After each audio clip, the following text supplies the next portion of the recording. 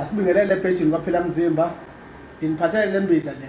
Imbiza yomuntu ophuza kakhulu utshwala. Khumbula utshwala alisona isisombululo noma kuliphi ikhaya.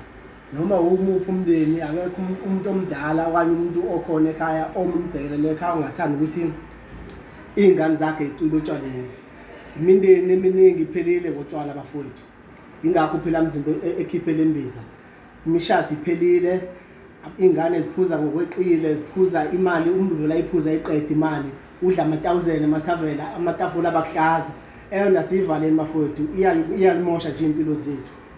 Nansi ke imbiza uphila mzimba ayikhipheleyo uthi silungise leso simo. Mosofike la nje siyakuchazela ukuthi uzoyisebenzisa kanjani.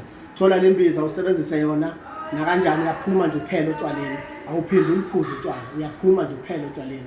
Sitholakala kwaphila mzimba kuphela le mbiza. Sitholakala eThekwini emakethe ebhilidini elingaphesha kwasemabhasini elinojwayelani. Sikufloor yokuqala enumber 9. Inamba esitholakala kuyona u066 00 75 043. Iyona namba esitholakala kuyona. Sitholakala eThekwini, iseThekwini lo number, but akhona amanye ama-branches esinawo.